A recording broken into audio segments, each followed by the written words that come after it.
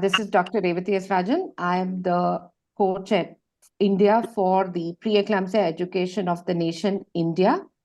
And it gives us great privilege to be welcoming the past delegates, who are more than 200 in number from across the country and abroad, to this wonderful session, which is the virtual interactive session. And this is the third in series from 2021. So this is a very unique session where we have collected all the questions from the passed out delegates and formed question clusters. There are 4 question clusters which will be put to the coaches. I will be moderating the session, and the questions will be taken by Dr. Prakash Mehta sir, who is the president of the Society for Maternal Fetal Medicine India and one of the Indian co-chairs for the PENAI program, along with Dr. Sarosh Rana, who is the professor of obstetrics and gynecology and chief of maternal fetal medicine from the University of Chicago. And she's also the current secretary of ISHIP and the global co-chair for PENAI. She's also the international advisor for the Society for Maternal Fetal Medicine India. So I will be alternating the questions in between Dr. Prakash Mehta sir and Dr. Sarosh Rana. And the delegates can post their queries on the chat box. There will not be a direct interaction of the chairs with the delegates, but however, we will post in questions beyond the question clusters if time permits. We also have our associates or people who have been associated with PENAI and several delegates who have still not attempted the assessment, who can still access this program on the YouTube. So we are on YouTube live. Before I start this, I would want to probably start with a quote from Confucius, which is, "Education breeds confidence, confidence breeds hope, and hope breeds peace." And what peace for an obstetrician gynecologist is a healthy mother and a healthy baby. And preeclampsia is, we all know, the #1 killer in our country, which is actually causing a huge amount of maternal morbidity and mortality. So with this brief introduction, I would want to welcome Dr. Prakash Mehta sir and Dr. Sarosh Rana into this program. Dr. Prakash Mehta, as we all know, is the president of the Society for Maternal Fetal Medicine India. He is the chief as well as of the Department of Maternal Fetal Medicine, Bhagwan Mahavir Jain Hospital, Bengaluru.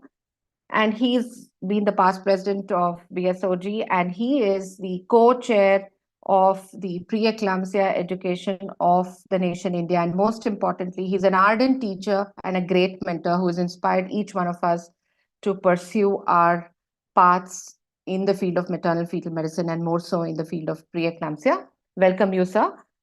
And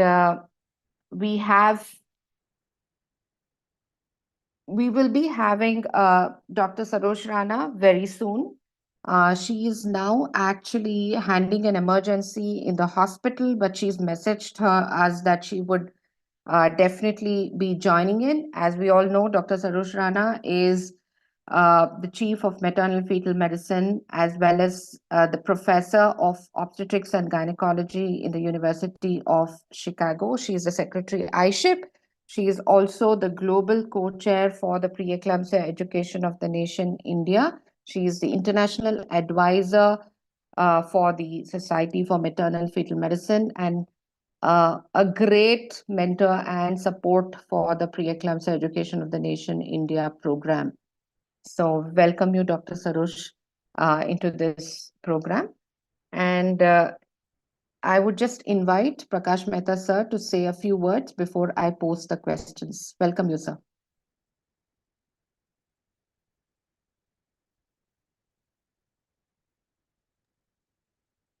Sir, you have to... Good morning, everybody. It is indeed a pleasure to be on this program today. It was not very long ago that we started the PENAI project, hoping for a pilot project of about 500 delegates initially. I'm very glad to say that we reached those numbers much faster than our expectation. And today we have one of the biggest, PENI VLSPE programs that we are having. And I'm sure we are definitely planning to go further. We are in talk with Brazil. We are in talk with some European countries. We are in talk with some African countries to make sure that this PENI reaches across the globe. Because from this pilot study, what we inferred was that this program has been found to be very useful for a day-to-day practice. This is not a theoretical program where you learn only about the theory. It's an absolute practical management program, and we are really happy that it has taken off so well. And I think I have to just thank my entire team of people. Nothing happens with one person. So it is the entire team of people who have worked very hard to make this PENI a reality. And I'm so glad that we have reached this stage today. Thank you, Revati. Thank you, sir. So if you could permit me, I will start the questions. Should we start the questions right away? Sure. Sure, sir. So basically, we have 4 clusters of questions. All the delegates, please be reminded that you can listen to the answers live from the co-chairs. I'll be moderating the questions and the answers. If you have any doubts apart from these, you can put it into the chat box and we'll see whether we can actually squeeze it in between. Otherwise, we will email you the relevant answers and references. This is mainly because we do not want any interruption in the clarity of the understanding or the comprehension of the answers and the discussions that's going on in the meeting. So in between, if there are any small doubts, you can please put it into the chat box. You cannot ask a question directly when the session is going on. Thank you so much. And we also have YouTube delegates who will be attending the attending the meeting, but they will not be able to interact. If they have any questions, they can email us and we can post the answers. We can send the references to them.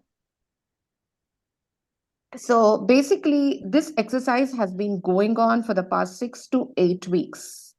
And we have been asking the passed out delegates who finished the course and have passed out with a minimum of 70% marks, which is, I think, a very, very decent and a credible number, to send us questions based on clinical management and practical aspects of preeclampsia. And we have put in questions without repeating them into 4 clusters. So the clusters include those questions based on antihypertensives, which Prakash Mehta sir will be taking in. Based on biomarkers and novel therapeutics, Dr. Sarosh Rana will be asked these questions. Based on overall management and management of preeclampsia in special situations, which again, Dr. Prakash Mehta will be answering. And finally, we have general questions on preeclampsia, including screening, surveillance, monitoring, prevention, and patient awareness. So we have delegates from Mysuru.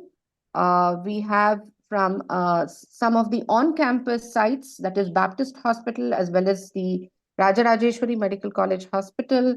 We also have Tamil Nadu team, which did the first workshop, biggest workshop recently, who have contributed the questions. And thank you so much, all the delegates, for doing so. Now, let me start the first set of questions. So these are the questions that our delegates have on antihypertensives. Should I put in all the questions, or you would want to take each and every questions separately, sir? No, let's go question by question. That would be better. Sure, sir. How long do you think the antihypertensives have to be continued in a woman with preeclampsia if the blood pressure is normal in the postpartum period, sir?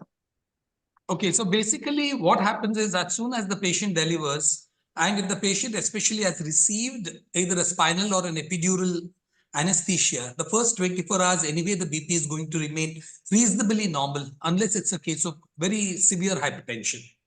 What we generally see day in and day out, like a blood pressure of 140/90 or 160/100 or even sometimes 150/110 also, the blood pressure tends to remain normal within the first 24 hours, because it's not just the anesthesia, but also because we have given the sedation, we have given the, the lot of painkillers and things like that.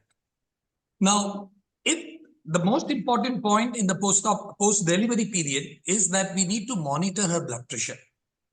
Now, if the blood pressure is remaining absolutely normal, and believe me, I've had many cases, including cases where the blood pressure was 160, 120 prior to delivery. And surprisingly, none of those patients required any antihypertensive in the post-operative period. So these kinds of situations will come. There are certain patients who will keep on showing you very high blood pressure. There are certain patients who will have a blood pressure of 140/90 in the pre-delivery period, but in the post-delivery period, it will come to 160, 120, 180, 120, and so on.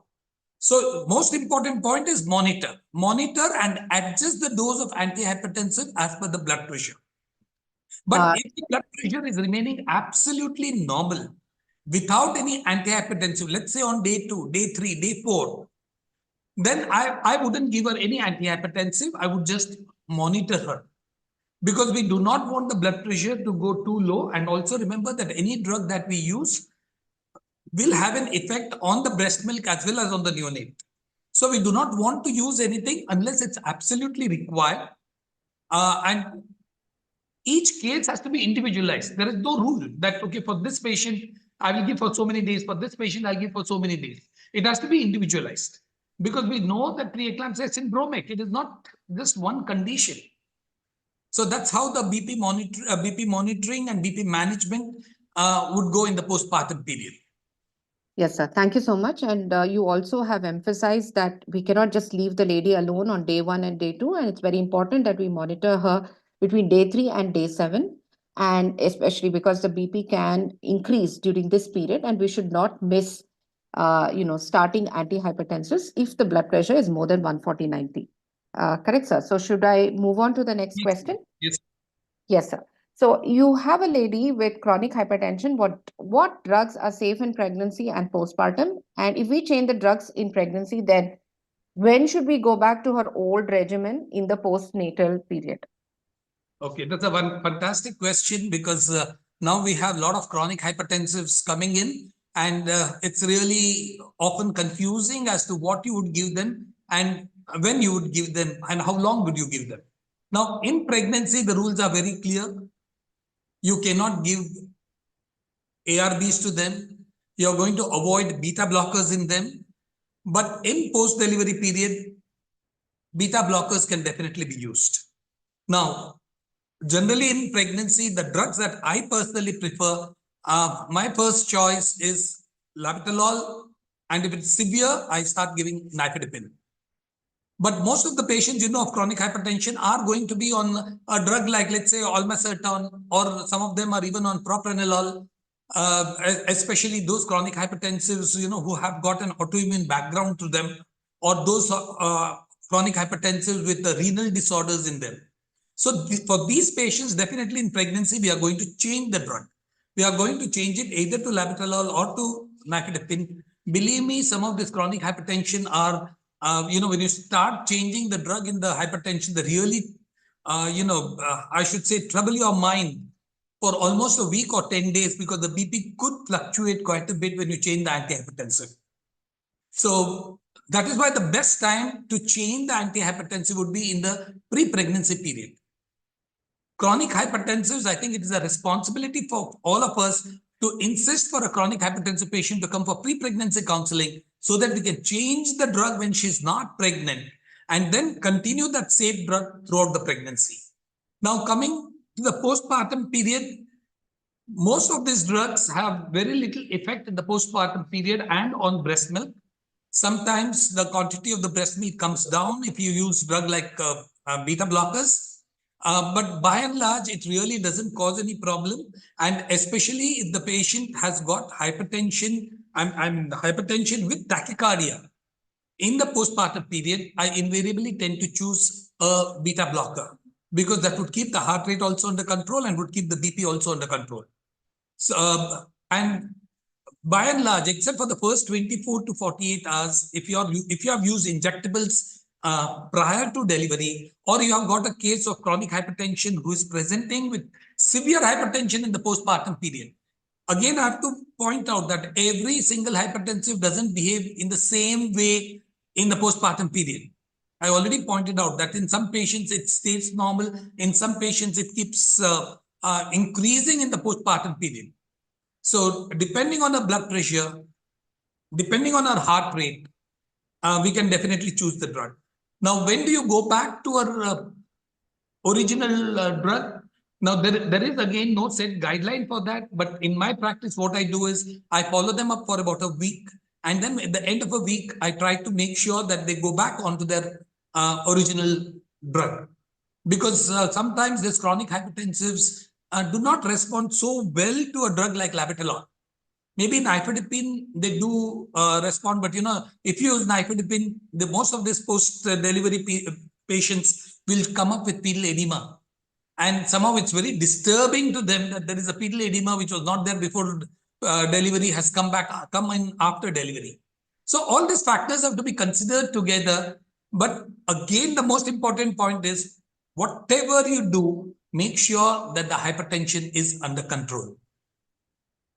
Sure, sir. So what you're trying to say is you have to personalize management. You have to look at all the factors of the patient comprehensively with respect to blood pressure, her heart rate, all the other predisposing factors, and then decide. And it's also important to take care of it in the postpartum period because she's nursing the baby. So we cannot just give all the medications like ACE inhibitors immediately. So we have to be cautious about it. And we also have to be aware that these problems can continue to be there till 6 weeks post delivery, even in patients who've had gestational hypertension or history of preeclampsia. So we have to be really watchful. In chronic hypertensives, beyond 6 weeks, they would get back to their original regimens usually, but make sure that they're customized to suit breastfeeding requirements. So I think Sir has summarized it very beautifully. And now, one more point I would like to add on, whether it is a chronic hypertensive or a preeclampsia. Now, since we tend to use diuretic, especially furosemide in the post-delivery period, that also helps to bring down the blood pressure to quite a bit of a level. So the use of diuretics in the post-delivery period, especially furosemide. yes, sir. That is the first 5 days. You can actually administer Lasix or furosemide immediately postpartum, maybe about 20 to 40 milligrams of Lasix, and then continue oral Lasix once daily, I think for 5 days.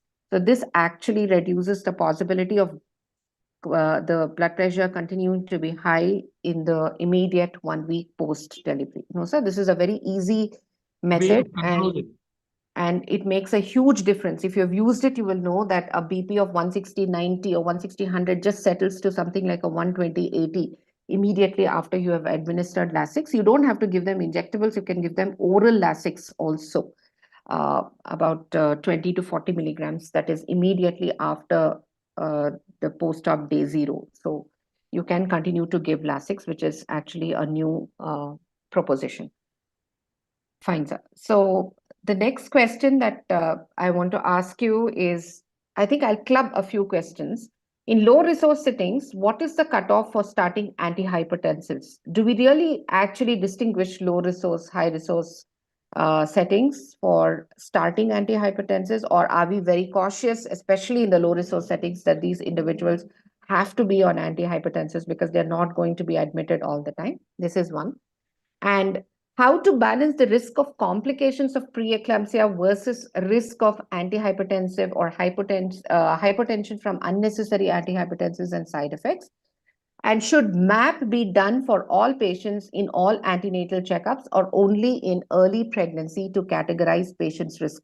So basically, this is about when do you want to start the antihypertensives? How do you actually maintain the dose of antihypertensives? Is there a difference in the low resource and high resource settings? And what is the criteria to start antihypertensive? So I'm going to flash the CHIP study, which is probably going to guide us, and we will ask Sir this question. Yes, sir. Yeah, absolutely. First of all, there is no difference between low risk and high risk situation because preeclampsia doesn't look at economic consideration before causing a problem.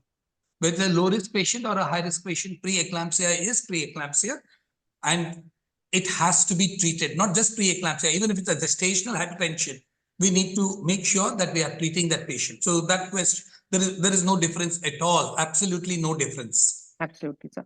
And would Okay. you want to base it on systolic or diastolic, sir? Okay. Now we have been basing it.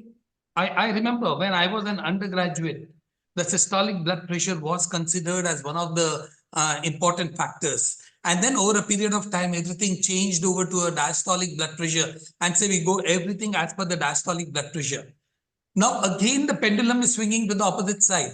And again, the importance of systolic blood pressure has started coming back.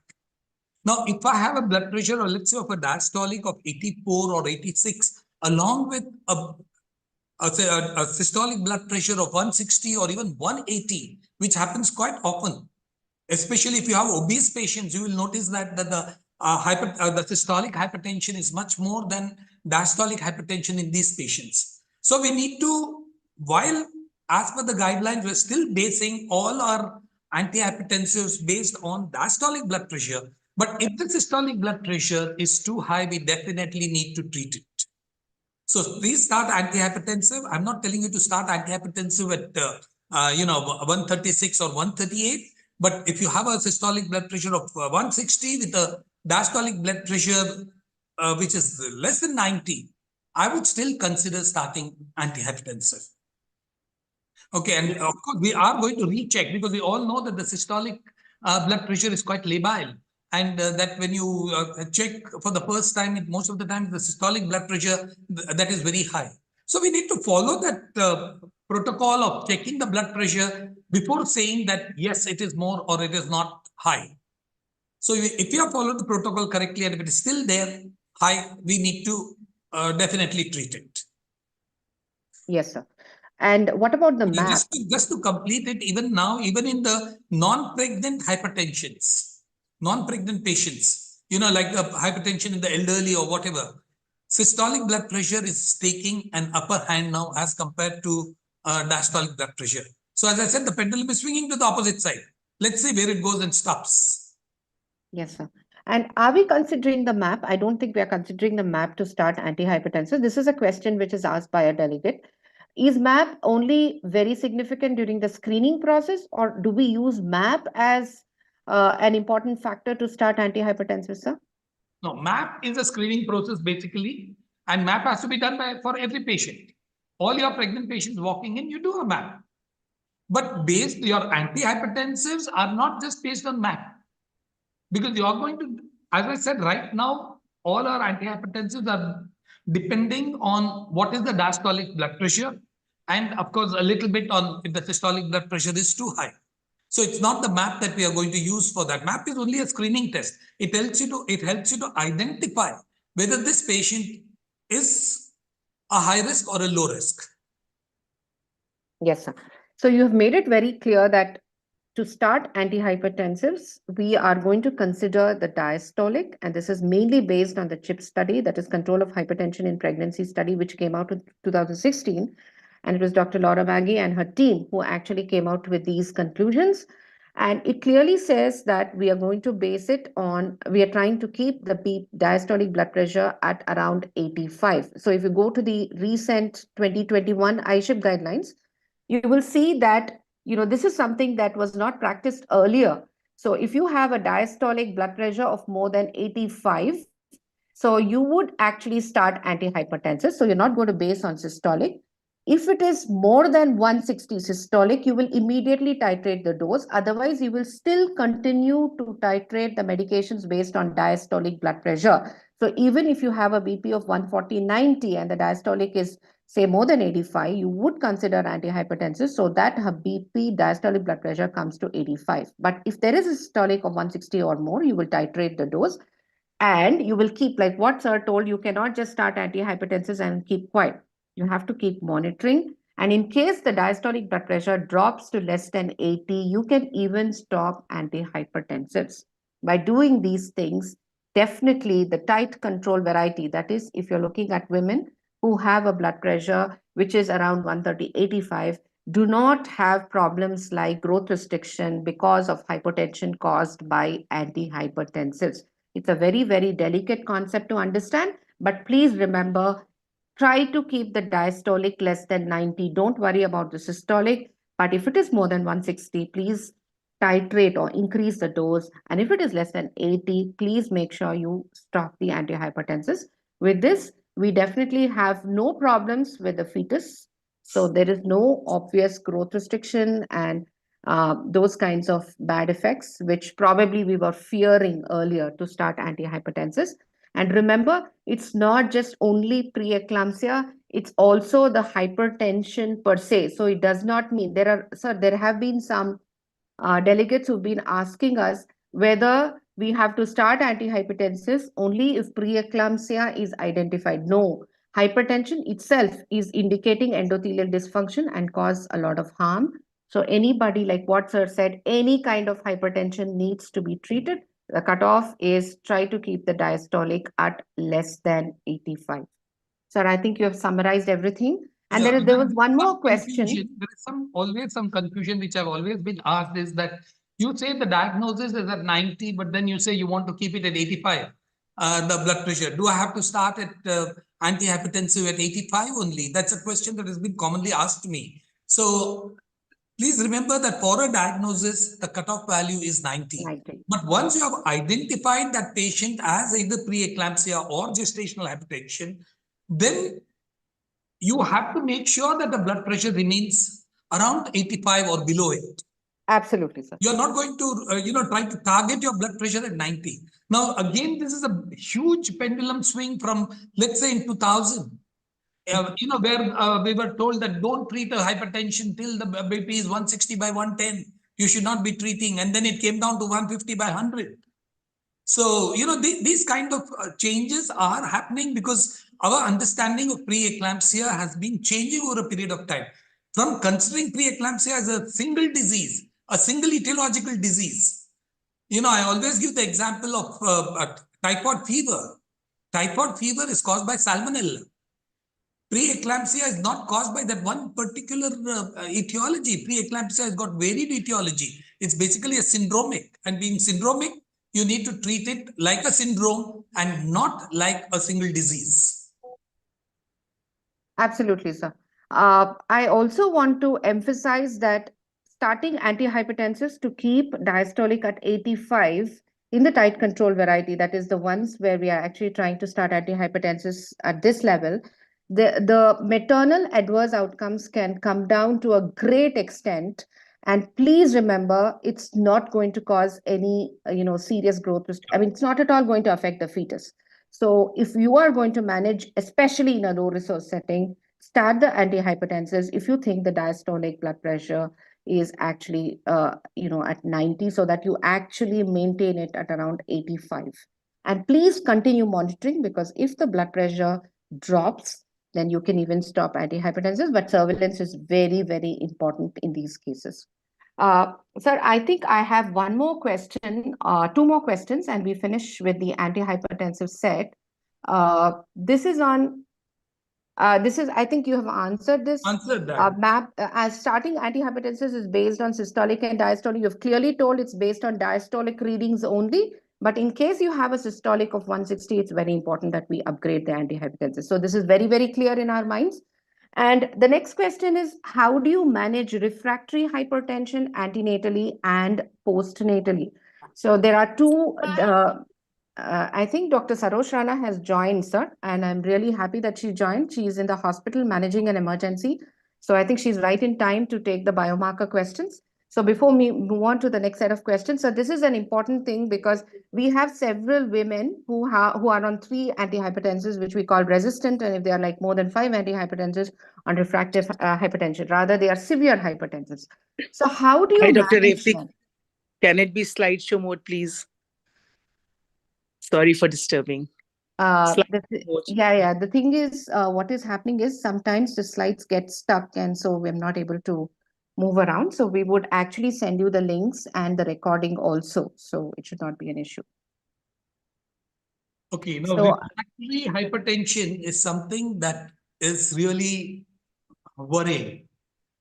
And refractory hypertension in the antepartum period and is a different way of treating as compared to a refractory hypertension in the postpartum period.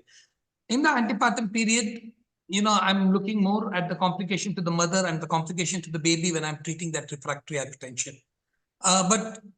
And the number of drugs that are available to us in the refractory antihypertensive in the antepartum period is also really limited as compared to the postpartum period. Now, in the antepartum period, although labetalol IV can be used, my personal preference would go in for hydralazine. Yes, there is a problem with hydralazine. There can be a sudden drop in blood pressure. There can be a sudden problem to the fetus because the blood pressure drops suddenly, or there could be a myocardial issues because the pressure drops suddenly. But then refractory hypertension patient whom you're giving hydralazine, you better give her a good surveillance at that particular time when she's receiving hydralazine. So if I'm standing there or if my fellow is standing there and giving the hydralazine, I don't think we need to worry so much about it. So for the antepartum period, I prefer hydralazine. Now we go into the postpartum period. Quite often the blood pressure refuses to settle down to whatever you give. You're given her labetalol, you're given her nifedipine, I've even sometimes given her hydralazine, and still the blood pressure stays around 180, 120, 180, 130. And we know that the postpartum period is very labile, and that is the time when possibly a woman can get into cerebral issues. So for those patients, I personally prefer to give NTG drip. Now, NTG drip, I found it to be of excellent use. The only problem with NTG is that it can cause tachyphylaxis. Now, when you say tachyphylaxis, what it means is once I start the drug, the response is very good. But as I'm giving the drug, the response keeps coming down. And most of the time, after 24 hours, the response is quite poor to the drug.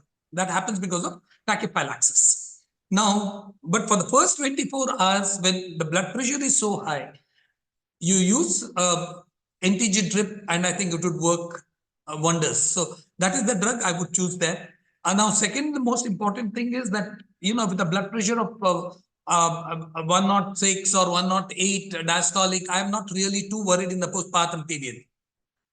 The third important thing is if the blood pressure remains refractory in the postpartum period, please look at other endothelial dysfunction that's happening in this patient. She may not have anything in the antepartum period.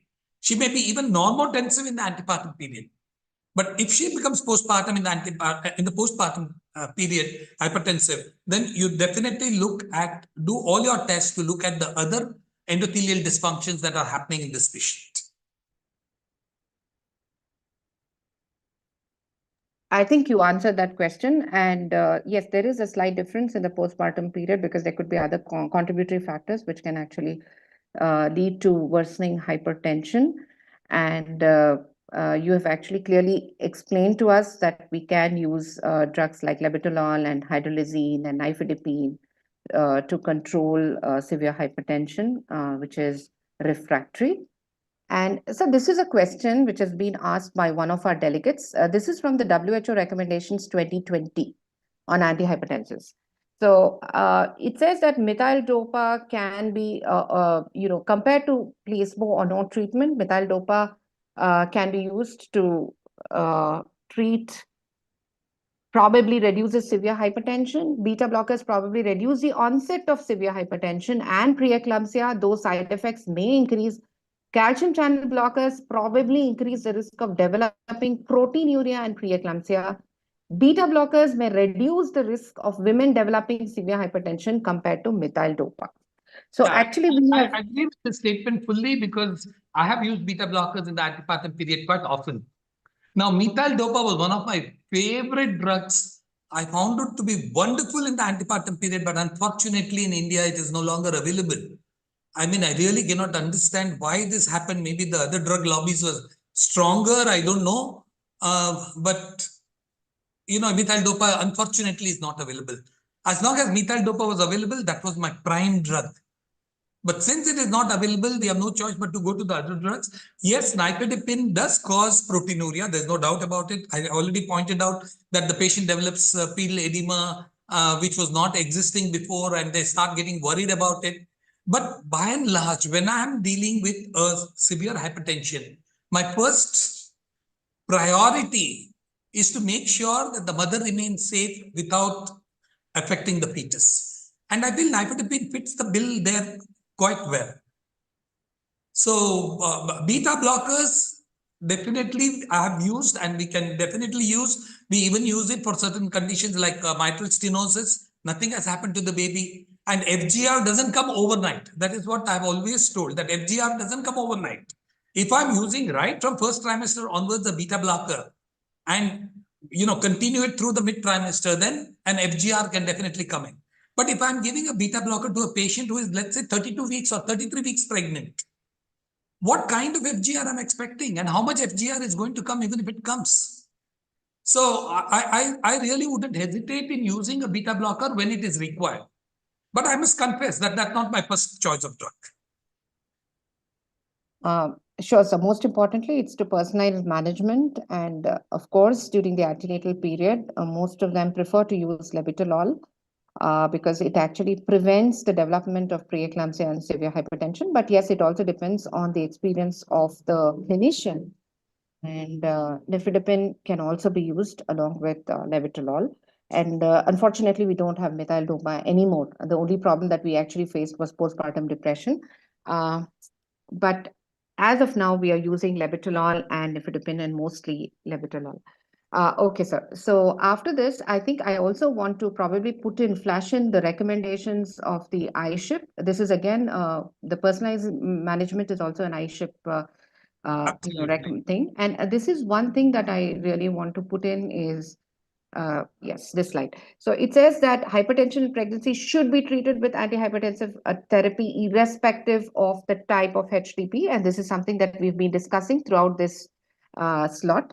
Severe hypertension in pregnancy, that is when you have systolic blood pressure of more than 160 or diastolic of more than 110, requires urgent antihypertensive therapy. There's no doubt about it.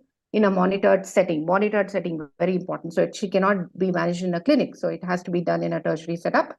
The target blood pressure for antihypertensive therapy should be a diastolic of 85. This is something that we have to remember. We start antihypertensives to maintain a target blood pressure of 85. The diagnosis is at 140/90, but to maintain at 85. Non-severe hypertension should be treated with the first-line agents, oral methyl dopa, labetalol, or nifedipine that we have been discussing.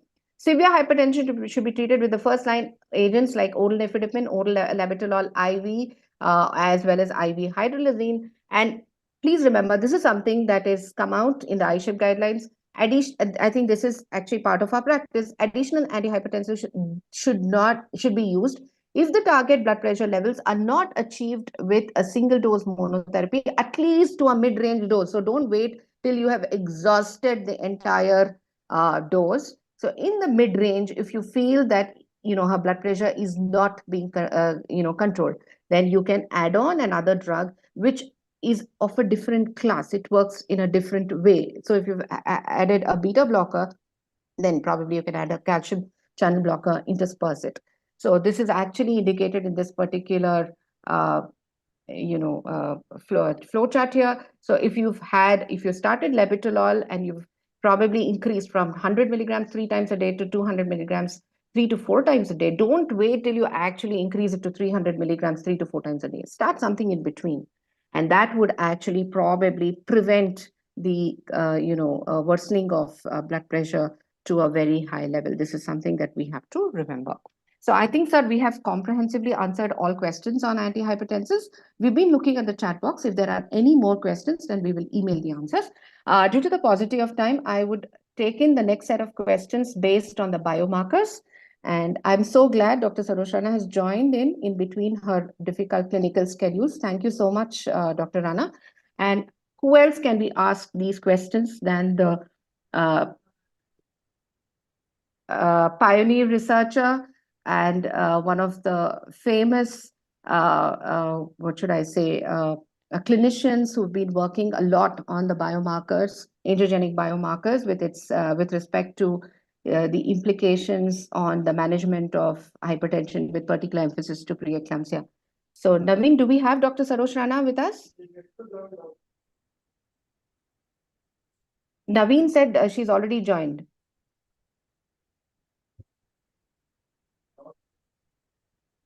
Naveen, do we have Dr. Sarosh Rana with us? No, ma'am. Okay, so we'll wait for her. I think she briefly joined and she's left. So I will ask the next set of questions to Prakash Mehta sir, and we'll wait for her to answer these questions on the biomarkers. So the next set of questions that we have actually categorized is on overall management and management of preeclampsia in special situations. So the first question is how to manage hypertensive emergencies in case of heart failure patients, management of preeclampsia with heart disease in pregnancy. And most of it, I think this is based on peripartum cardiomyopathy because most of these patients, preeclamptic patients, go into peripartum cardiomyopathy very often. And I will put in the next set of questions later, sir. So would you want to? Absolutely. Okay. Now, we need to remember that heart failure and preeclampsia could be intimately linked. A heart failure can be due to preeclampsia, or a heart failure could be pre-existing in a patient due to any other condition, and the preeclampsia may be a super added feature. So both of these situations can occur. Now, when preeclampsia occurs with heart failure, we have no choice but most of the time to use a beta blocker. Like I already told before, that whenever you have a patient with mitral stenosis, let us say, who has gone into for hypertension, you will have to use a beta blocker, because the beta blocker would prevent the heart failure from coming in, since it brings down the tachycardia. We know the tachycardia in a cardiac disease patient is what causes the heart failure. So use beta blocker, nothing to worry about it. Nothing is going to happen. And we already saw one of our delegates as I was very happy that they've gone through the WHO guidelines in detail and put it up. That don't worry so much. Yes, I'm not going to use beta blocker as my primary drug. Beta blocker has to be used in special situations when required. And when it is required, we don't hesitate to use it. So, and of course, we'll have no choice but to use, if there is a cardiac failure, we have no choice but to use diuretics. Yes, it is always a problem when you use diuretic, especially in the antepartum period with hypertension, that severe, hemoconcentration can occur. There could be a problem about placental infarct. There could be a problem about DVT coming in. But well, these are not normal situations. These are not normal situations. So we need to really make sure that we use the proper drug and monitor it very carefully. Now, the most important thing is that the preload has to be optimized. That's the most important thing. So you can use any of the drugs. And of course, hydralazine I've used for many patients. It is good. Postpartum, we are not worried at all. Once the baby delivers, you can use any kind of drug that you want to control this patient. There is no issue over there. I can even use ACE inhibitors. I can use ARBs. There is nothing to worry about that. The third most important issue is that if you have a heart failure with preeclampsia, don't hesitate to put her on a ventilator if required, because the mechanical support is very good. The second important thing is there are some patients where I have had to use an aortic balloon pump, which also keeps up the circulation in the patient. These are for some of those patients who have already gone serious. You can use an aortic balloon pump and keep up her circulation. Yes, it's a very, I wouldn't say it's a very common situation, but rare situations require rare kind of treatment.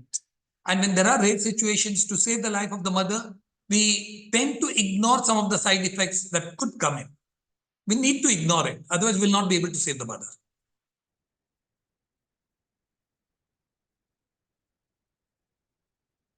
You're muted, Revati. Yes. So it is really very important for us to optimize preload. We can use inotropes and vasopressors in the when you're looking at maintaining hypertension, treating hypertension, complicating cardiac failure. Obviously, you can use hydralazine, nitrates, and beta blockers as well as diuretics.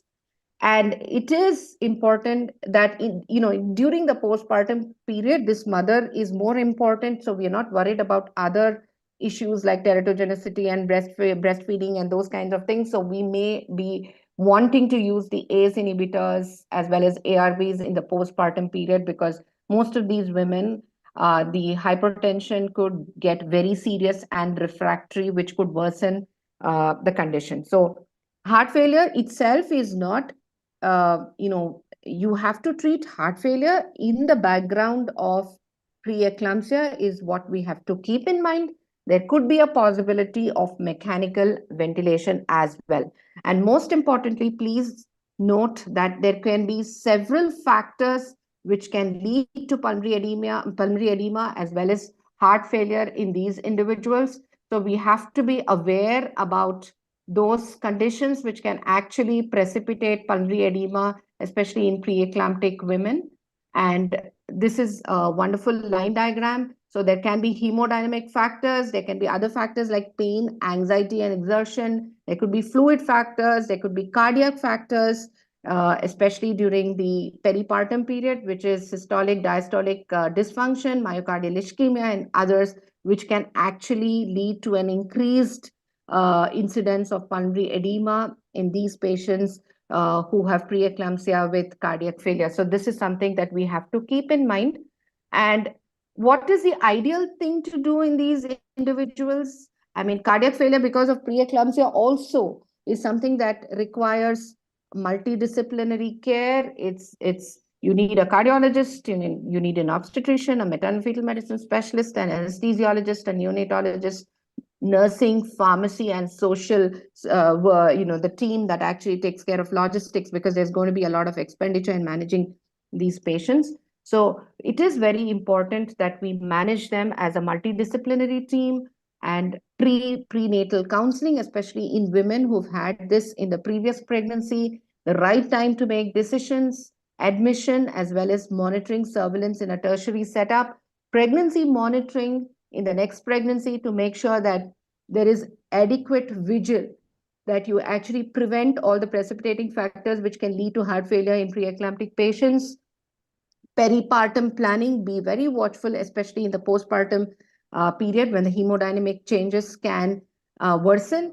And immediately after the delivery, it's very important that you monitor these patients in the hospital, irrespective of the fact that they don't or they have not developed a severe complication in the index pregnancy, even though they have a history of heart failure in the previous pregnancy. So it's very, very important that we have a multidisciplinary and comprehensive care to deal with these patients.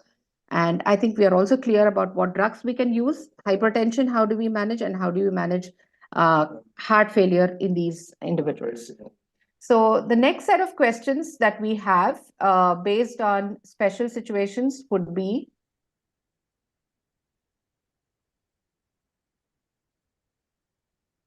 so this is something that most of these delegates have in mind. I think we answer this question in literally in every workshop. Maximum, how many times Maxulf can be given in the antenatal period? If you're looking at somebody who's developed preeclampsia with severe features, is it necessary to terminate pregnancy once Maxulf has been given? Okay, I have got a very simple question to ask. When we use magnesium sulfate for tocolysis, are we terminating that pregnancy? No, isn't it? We are giving tocolysis by magnesium sulfate to continue the pregnancy. So how is a magnesium sulfate given in preeclampsia different from the magnesium sulfate given for preterm labor? So it doesn't mean that when you give magnesium sulfate, I know somewhere along the way, somewhere it has come into everyone's mind that once you give magnesium sulfate, the pregnancy has to be terminated. No, definitely you can continue the pregnancy if we are taking momentary decision in that patient. When I have a patient who has had a severe hypertension, remember once upon a time, we were not using magnesium sulfate for severe preeclampsia. We were using it only for eclampsia. Now, for intercurrent eclampsia, the management, is still very controversial. Again, a lot of articles have started coming in where, patient who has had a convulsion, the pregnancies have been continued.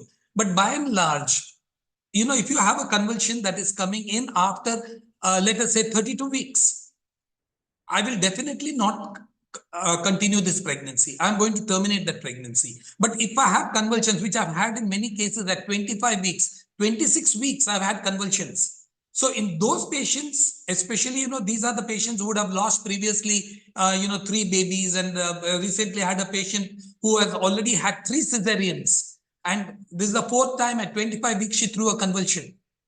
Possibly, I had to be conservative in this patient, even though she has had a convulsion. So make it situation dependent. It doesn't mean that you're going to continue in every patient who has had a convulsion, but there are special situations, treat them specially.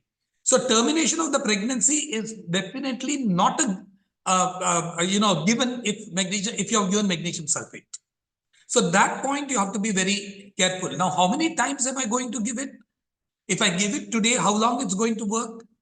Now, if I've given magnesium sulfate today, again, I'm talking about severe preeclampsia.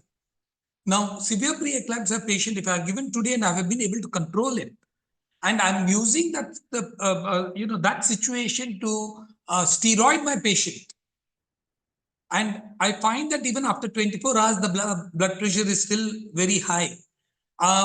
Personally, although we don't do magnesium sulfate levels in every patient, in this patient, if I have to repeat, I would do a magnesium sulfate level. So what happens with magnesium levels in pregnancies? There are many times, we just did it as an experimental project to see how the magnesium is there in normal patients and how it is there in preeclampsia patients. And most of these patients have very low magnesium levels. Most of the time, it's less than 2. So these patients do require sometimes a magnesium sulfate to be repeated. So the question, how many times you can repeat? Again, it has to be individualized. If you have a patient who is more than 32 weeks to whom you have had to give magnesium sulfate, you have had to give magnesium sulfate because she's severe preeclampsia. And if she's severe preeclampsia, the role of conservative management is very limited. Okay, so unless I gave you a special situation where, like at 25 weeks with previous 3 cesareans, I had to be conservative, fine. Such situations are fine. But by and large, a routine severe preeclampsia, let's say in a priming gravida or let's say in a gravida 2, you get it, then 1 dose of magnesium sulfate would be sufficient.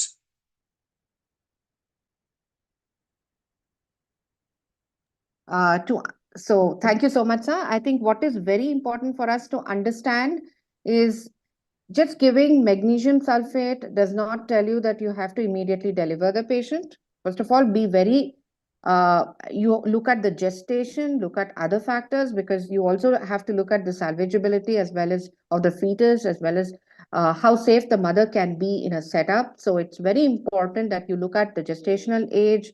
And most of the times, Maxulf is started, you have to be very judicious when you want to give Maxulf. And it is important that you give Maxulf, which probably also adds on to the neuroprotection into the baby. But please remember, if in case the diagnosis is correct and you have given Maxulf at around 30 to 32 weeks and your NICU and ICU is pretty equipped to handle the mother and the baby, I don't think it is really important for us to continue the pregnancy. But yes, in special situations, like if somebody is thrown a fit at very early preterm gestation, like at around 26, 28 weeks, and this has happened in a remote place and she's been shifted to a tertiary place where you can handle the problems, you can safely continue her under very strict vigilance so that you optimize the period and make sure, that lady as well as the baby is safe. This is something that you have to remember. And there is also another question that has come, which is based on Maxulf. Maxulf use in acute kidney injury as well as chronic kidney disease. Can we give it for seizure prophylaxis? Yes, there is no doubt about it. The worry when you use in an AKI or a CKD is that when you use magnesium sulfate, you may push the magnesium levels to the toxicity levels, because magnesium is ultimately excreted from the kidneys. So if the kidneys are not functioning well, obviously the blood levels are going to build up and this patient can have magnesium toxicity. So having understood that basic principle, now how do we go about going around it? One important point is that this is a situation where serum magnesium levels have to be measured. There is no excuse for not measuring magnesium levels in these patients. Now, mind you, we have always been telling there is no need to measure magnesium levels when you are giving magnesium sulfate. Yes, definitely, it's true in 99% of the patients. But in that 1% of the patient where there is a CKD or a AKI, you definitely need to monitor her serum magnesium levels. So that's the second point. The third important point is that you can bring down the dose of magnesium to half. So instead of adding 5 grams to my bottle of 500 ml, I would be adding half of it. The third question that would come over here is that if I'm going to add half of it and I'm going to give a fluid to a patient with a CKD or to a fluid to a patient with AKI, what is going to happen? Now, mind you, if you are giving a concentrated amount of magnesium sulfate, you're not pushing in too much fluid. Any patient with any kind of kidney failure also requires a minimum amount of fluid every day. So you stick to that level, nothing is going to happen. So that's the third important point. The fourth important point is that these are not normal patients. These patients would be requiring special care. This patient, of course, I manage most of my AKIs and CKDs in HDU.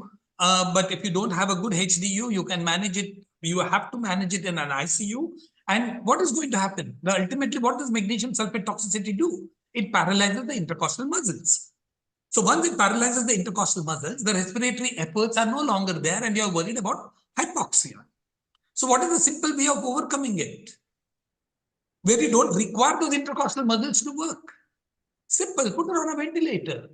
You put her on a ventilator, you don't need those intercostal muscles to contract. So whether there is magnesium toxicity there or not, we are not worried.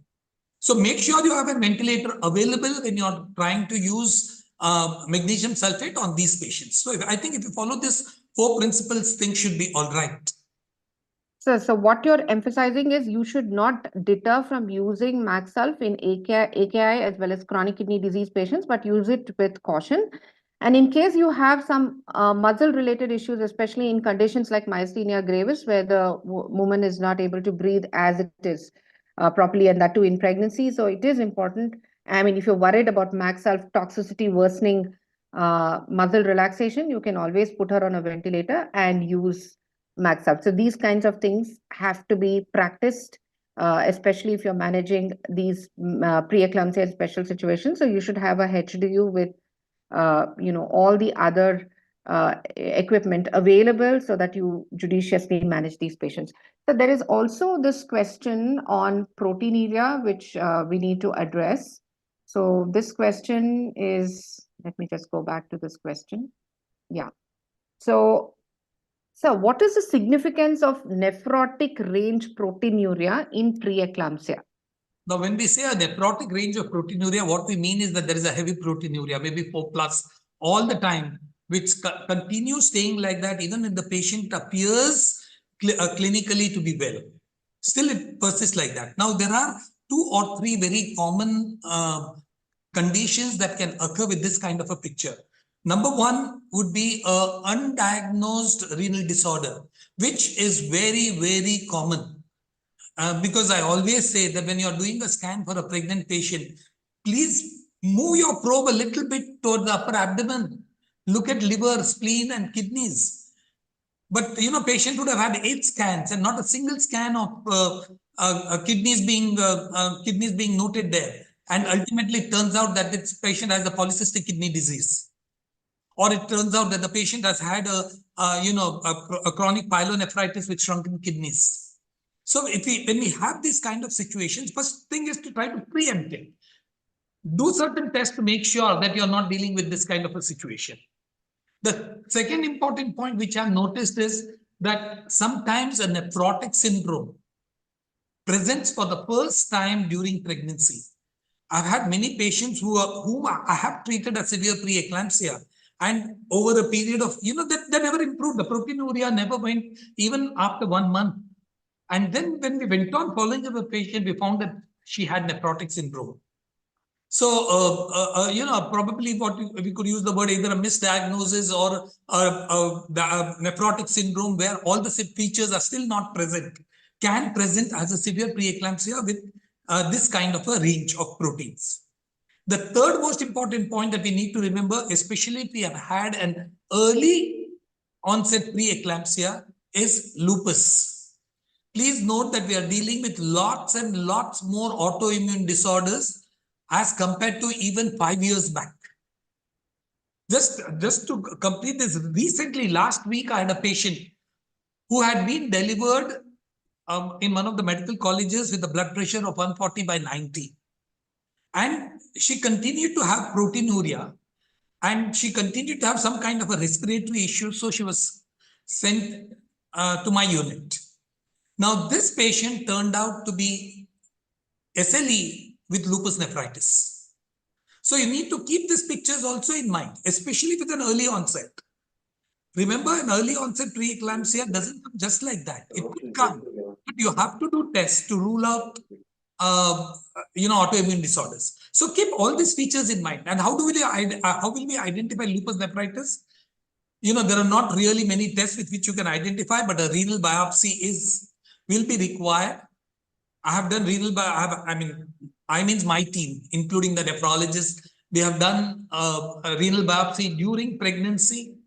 And of course, postpartum period, we don't hesitate to do a renal biopsy, because the renal biopsy ultimately will be able to tell you what kind of lupus nephritis it is and what kind of prognosis you can give for this patient. Lupus nephritis during pregnancy is one of the worst situations. When I get a patient with lupus nephritis, I don't get sleep for many nights because 30 to 40% of them mothers are going to die. And they are going to die when they look apparently well. Or they come back to you after 1 month with some issue and they die. So it really gives me sleepless nights. But you have to keep these conditions in mind. Don't ignore a very high proteinuria that you're getting. Sure, sir. So I think you have answered most of the questions. Let me just look into the...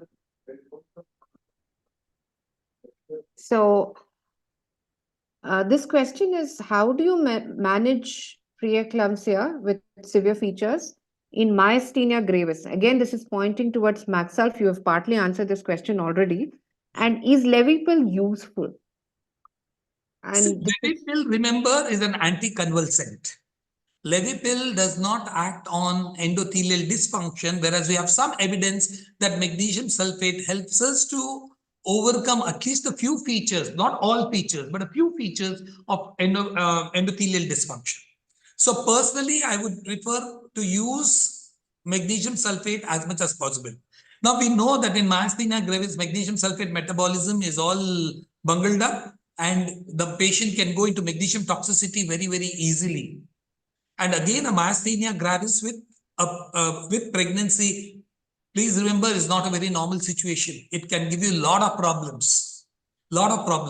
So much, if I were to give you one example, my patient whom actually I had used magnesium sulfate on her, she was quite all right. And on 7th day, I told her that, okay, I'm going to discharge you people tomorrow. And that same night, I lost the patient.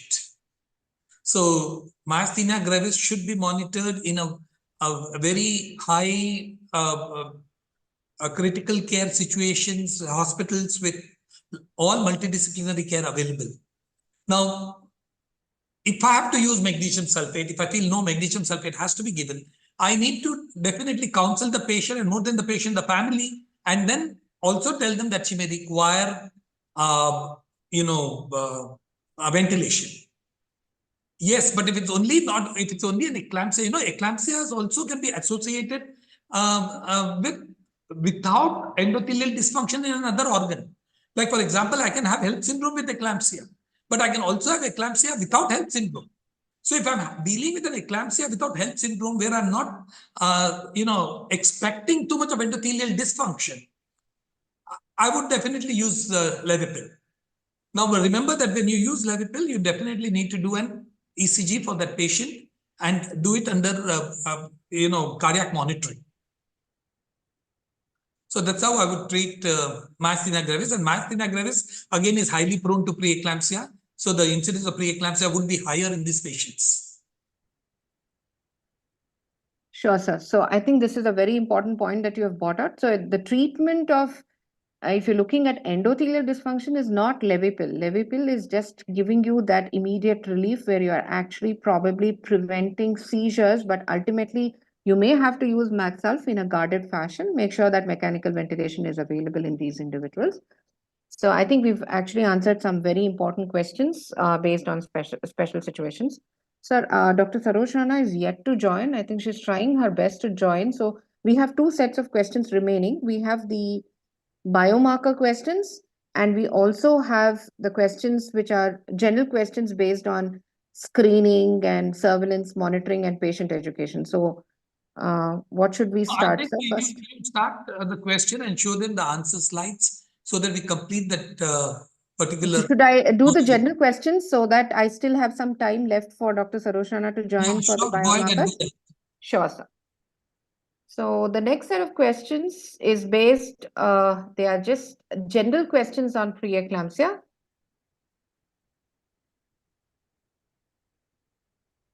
And I think we're going to club a few questions because most of these are going to appear on the reference slides.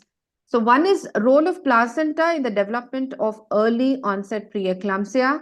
What is new in etiopathogenesis? So this is something that we have to understand. Now we are not just looking at the etiopathogenesis of placenta, of preeclampsia is divided into two stages. We say stage 1, which is the preclinical portion, and stage 2, which is the clinical portion. So during the preclinical portion, that is when you do not have established signs and symptoms of the disease, this is where you can probably make some difference to the actual expression of the disease or worsening of preeclampsia. This is in the first trimester. So there you have poor placentation, abnormal development of the uteroplacental circulation in the first half of pregnancy. The patient still does not present with the signs and symptoms. And in the second half of the pregnancy, this may lead to hypoxic placenta. And this can be, this will later lead to endothelial dysfunction, hypertension, proteinuria, and eclampsia, which is the clinical portion of the disease. So keeping this in mind, this is actually a wonderful diagram that I actually picked up from the American Heart Association review article by Anatine Staff, where she clearly mentions that there is something called stage 1 and stage 2. Stage 1 mostly occurs because of trophoblastic stress. And here you have dysfunctional local uterine tolerization of allogenic trophoblast. So the fetus is considered to be an allograft. So there is no acceptance of this trophoblast. So along with that, this may lead to poor spiral artery remodeling, bad trophoblastic invasions, leading to poor placentation, and this may also get worsened. Maternal factors also play a role in the first trimester, especially in individuals with metabolic factors like diabetes. It could also be oxidative stress because of other factors like autoimmunity as well as clotting abnormalities, and that may lead to what is referred to as the clinical disease, where this may influence endothelial dysfunction, and then the mother presents with clinical signs and symptoms.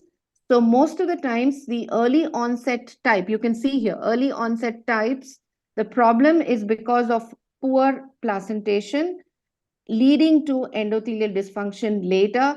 But most of the times, when you're looking at late onset type, it could be because of other factors in the mother, like this metabolic stress and others, which can actually lead to endothelial dysfunction, resulting in maternal clinical and signs and symptoms beyond 34 weeks. So it is very, very important that we understand that there are two stages in the pathogenesis of preeclampsia. Stage 1 primarily contributing to early onset disease, and stage 2, where you're talking about endothelial dysfunction leading to problems in the mother, could be associated with late onset.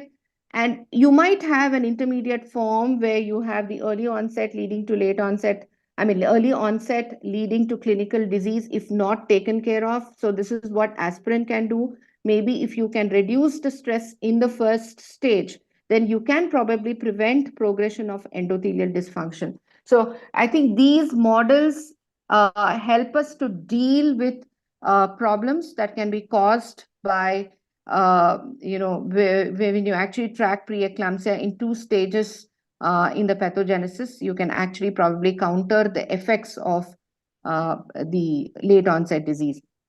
Now, what is also important? Yes, One sir. more thing is that now A lot of research is going on whether the placenta is the culprit or is placenta the victim. Why does this placenta behave like this? Is it something intrinsically wrong with the placenta and it is the culprit which is causing all these problems? Or is there some other factor which is also making this placenta a victim? Placenta is not able to function because it's a victim. And rest of the things follow that. So I think we should get the answers in the next few years whether really the placenta is the culprit or the victim. And the other important thing is it's not just preeclampsia, it could be anything. So placental syndromes Any can placental mean syndrome. pregnancy loss. It could be recurrent spontaneous abortions, growth restriction early on. So early onset preeclampsia is just one of the spectrum of placental syndromes. So it's not necessarily preeclampsia that we are dealing with. Anything that actually causes poor placentation with additive oxidative stress can lead to placental syndromes later, which can affect both the mother and the fetus, or combined mother and fetus can be affected. So this is something that we have to keep in mind. So this is how the pathogenesis is changing. So we are not just looking at just trophoblastic invasion and spiral arterioles. What is important is because of this problem, you can actually see that anti-angiogenic factors increase in circulation during the stage 1. And that is where you can actually pick up that there is a high ratio even before the clinical syndrome is on. And that's how you can make the changes. That is, if you actually find a low PLGF contributory to a positive screening test in the first trimester because of stage 1 disease, adding aspirin can probably postpone the development of severe onset disease, which is stage 2 later in pregnancy. So I think understanding the pathogenesis can help us to probably postpone disease or handle disease in a much calculated manner so that the problems can be averted as far as we can. So this is about the etiopathogenesis. I think there is another question. In a rural setup, there is a young primate and she's been diagnosed with preeclampsia. Anything to provide awareness for the rural population regarding preeclampsia and the warning signs? Role of home BP monitoring by healthcare workers in the rural setup, practical issues and cost effectiveness. So I think I have this nice slide on home BP monitoring. Let me just put this. Yes. Yes, it is very, very important that there is a lot, you should build up awareness in the rural population. And for that, patient education, building up of support groups, all this is very important. So the Society for Maternal Fetal Medicine in India has come up with an initiative called Suraksha PE, where we want to educate the patients about how to monitor themselves in case they are diagnosed to be hypertensive, what are the signs and symptoms that they have to be alert, when they have to probably reach out to their doctor so that they are immediately shifted out to a tertiary place. Because if you read some papers like CLIP, where where they have actually looked at community awareness, the awareness of the community with respect to preeclampsia is very less. There have been, instances where an iron rod is given when a lady throws a fit because of eclampsia. So these kinds of problems do exist in the rural population. And yes, remote BP monitoring plays a very important role. I think the ASHA workers are given BP monitors along with glucometers so that they can actually carry them across, to the interiors of these areas and look at their blood pressures. Very important to have the right kind of blood pressure, the calibrated blood pressure. Most of these are carrying digital BP meters. So if you're looking at blood pressure monitoring process, first the patient takes the vitals. You can also use the BP monitors in the office because not all patients will get admitted nowadays. So you can give them a BP monitor, ask them to take the monitoring at home, and this gets sent immediately into the doctor's mobile. Nowadays, these BP monitors can get linked to an app on the doctor's mobile. And just like how you monitor your blood sugars, which are actually sent by the patient as a glucometer reading, serially you can look at the BPs. And in case this is held by a nurse, this is what happens. This is actually a slide which was put by Dr. Sarosh Rana, and this is what she's probably doing in the University of Chicago. And here the nurses escalate the provider that the BPs are not in range. And then the provider, that is the doctor, contacts and calls the patient for treatment. So this we can actually follow it in an Indian setup. We are doing it in our own ways. We are giving them calibrated meters. We may not have apps all the time, but patients do send us information on WhatsApp that their readings have been, so and so on a particular day. And looking at that, you can actually call them to the office and probably re-evaluate them for worsening hypertension and start treatment, because not all individuals or not all pregnant women are going to get admitted just for BP monitoring.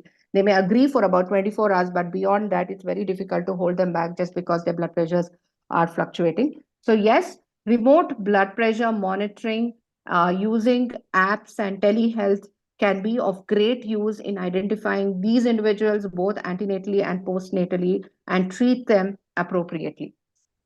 Vedita, I think all of us should not forget that we all have a responsibility towards educating the patient. Yes. Whether in the urban area or a rural area, I'm sure all of us, we are in thousands. Even if each one of us managed to, look up, teach 10 to 15 rural patients, I'm sure we'll reach a great number, and then the multiplying effect will go on further. We should be doing it. Just to give you a simple example, there is a district called as Champai district in Mizoram, which is bordering the Myanmar. Absolutely hilly area, where very poor patients, very difficult for them to even reach a hospital. Even in that kind of any area, actually, I've been going to Mizoram and trying to train their health workers, and we have been able to do some kind of work for that kind of a rural population. So imagine in a regular rural population, which is in the plains, not even in the hilly area. Why should it be difficult? I think we are lacking in some way. We feel the government has to do, the government feels someone else has to do. I think as obstetricians, as the primary care physicians for women, we should take up this project. All of us do for one person, 2%, 3%, how many ever you can, but do for somebody. And I'm sure the effect will multiply over a period of time. Sure, so that is a very important point. And we also request that you record or document what you do so that the others can make use of the same information for education, and we don't really have to put in the efforts.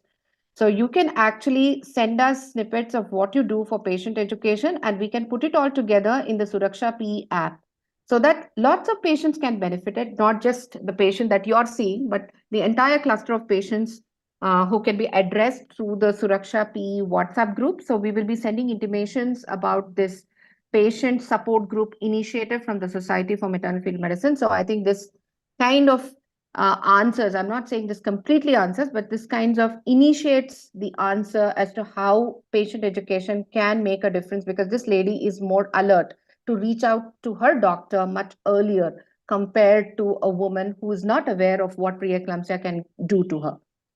So we have time for only one question more. I think take up one of the biomarkers question. Yes. If Sanush is not joined, you Sure. tell them the answer so that we are late for the graduation now. Sure, sir. And two more points, sir. Even the STAMP hypertension initiative is something that we can actually follow in our country. So I think post-delivery, very, very important. At discharge, this is not at all difficult to follow. If you found that somebody is hypertensive, whatever kind of hypertension, mostly gestational hypertension or preeclampsia, or even chronic hypertension, give them a chart so that they can actually look at their blood pressures, especially in the first 10 days, because at least 3 to 5 days they're going to remain in the hospital. But beyond discharge, also ask them to monitor their blood pressure at least twice a day, if possible thrice a day, and send it across to you. And if possible, ask them to go home with a digital BP meter, or at least access some place where they can actually record their blood pressures.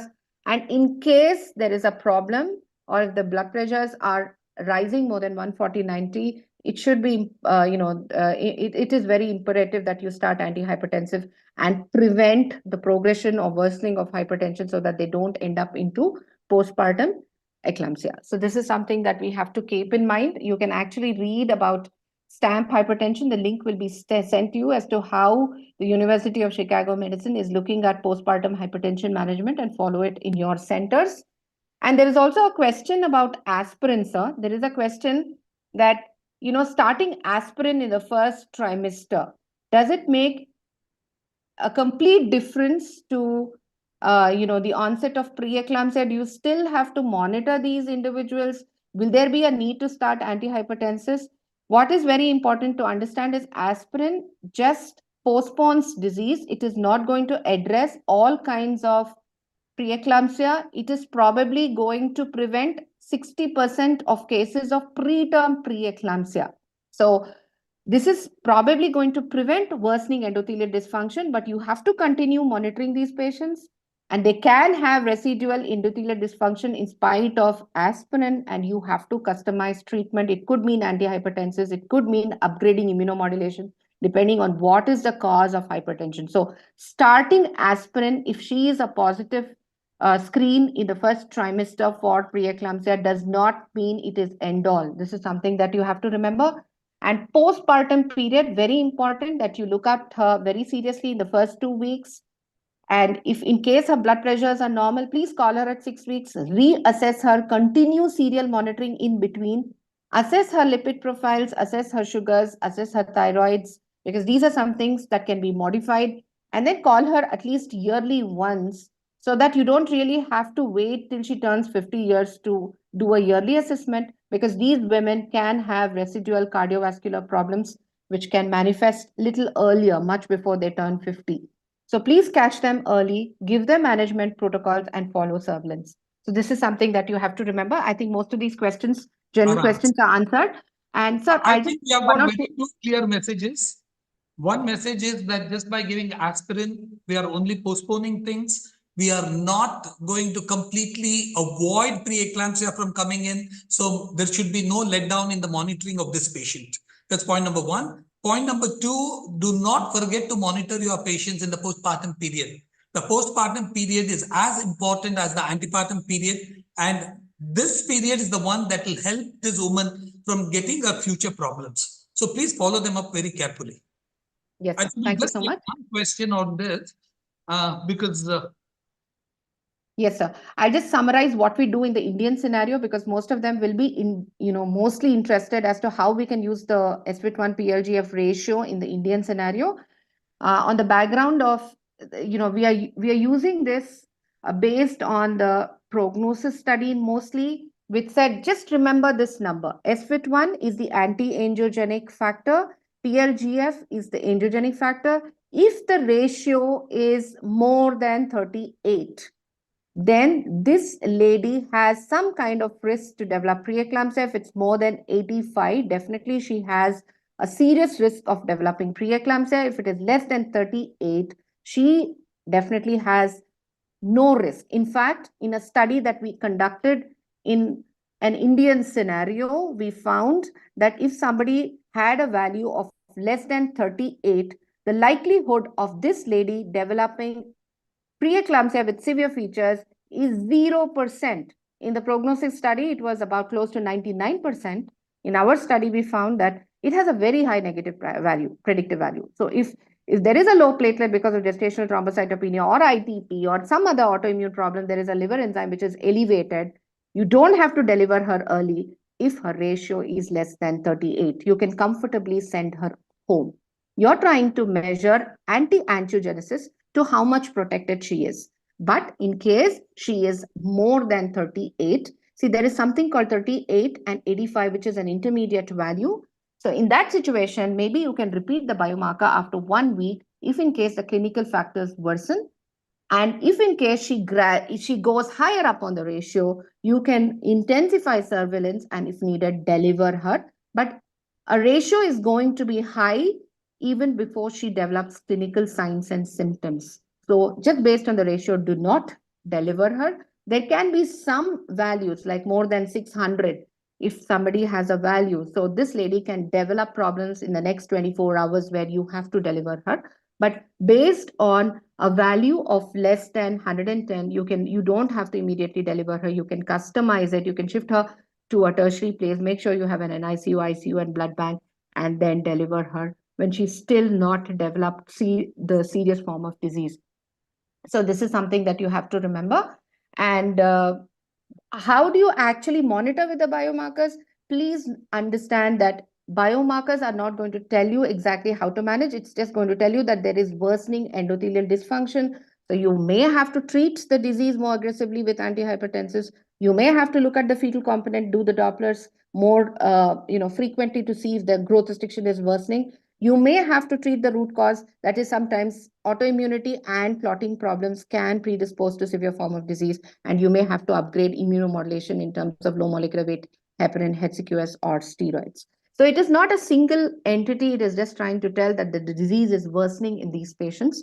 In fact, ISHIP, for the first time, in the world, has endorsed the use of biomarkers. I'm sure we are going to get more information on the biomarker position paper very soon about how we can use it. It clearly says that it can tell you about the development of proteinuric preeclamptic patients in the next 7 days if the sp1 PLGF ratio is high, adverse maternal outcomes within 2 weeks. And it also clearly says that you can use it even in low resource settings.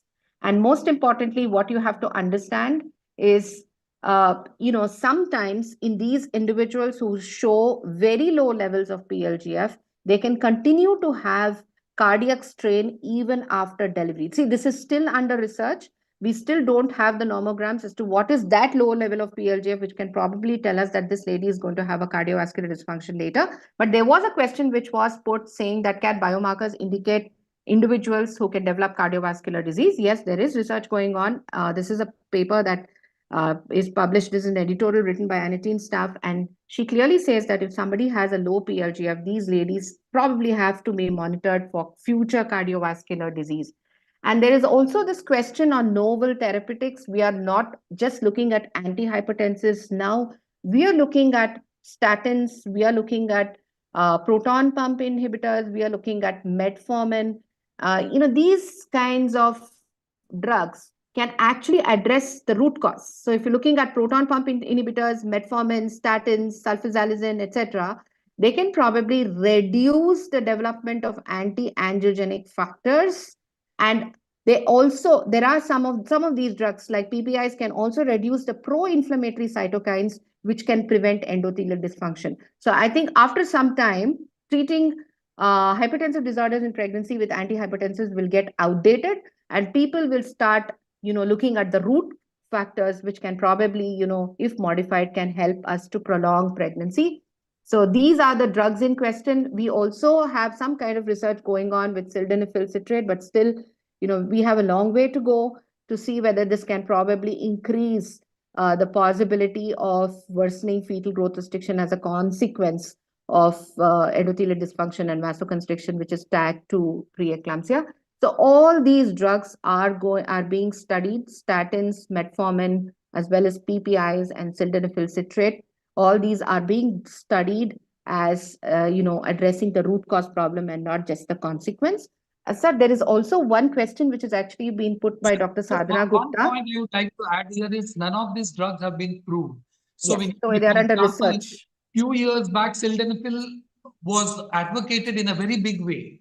Now, last year, we have had many articles saying that sildenafil should not be used.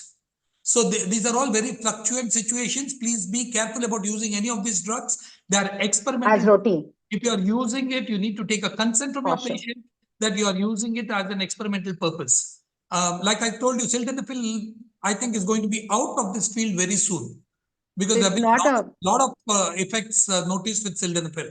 So before you use this, please counsel your patient properly. And, they're all experimental and they have to be used in desperate situations, not in a regular patient.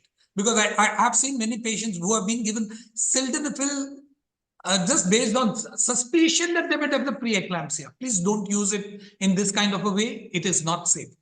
Yes. And there is also no role of prophylactic antihypertensives. There was a question, sir. I think we'll take this here only. No prophylactic antihypertensives. Yes. Even in a rural or a low resource setting, you cannot give antihypertensives just because you think that this lady may develop hypertension because she has a history of preeclampsia previously. No, this cannot be done. You can give aspirin in her, not antihypertensives. So there is a question from Dr. Sadhana Gupta, and she says, what is the role of prazosin in refractory hypertension? Do you have any experience? What is as of now? Prazosin.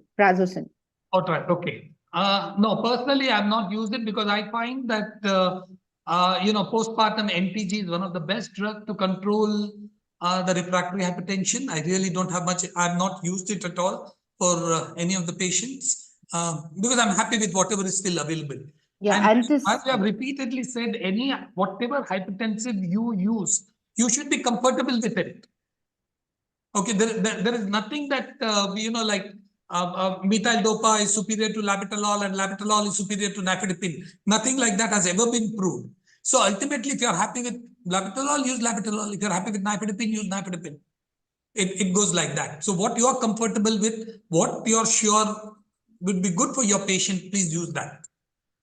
correct. So what you're trying to say is prazosin is an alpha blocker with conditional use. So Yeah, if you are very fluent. I've used it for a patient whom there was an, adrenal tumor, pheochromocytoma. I have had a pregnancy with pheochromocytoma where we had to use these alpha blockers. But I wouldn't use it for a regular patient. I just want to bring it to the notice of the audience that we have the most recent PRACES study, which has gone further. They have gone beyond 38, which we were using, which we have already used in the Indian scenario. So what they found is if somebody has a value of 40, they still have a low risk in the next 2 weeks. This is very clear that if they have a value of 40 on the SPIT1 PLGF, they have low risk of developing severe preeclampsia within 2 weeks and low risk of developing severe maternal and fetal outcomes, not necessarily preeclampsia due to bad placentation. So this is something that we have to remember. And they have also clearly defined that you don't have to wait till 85.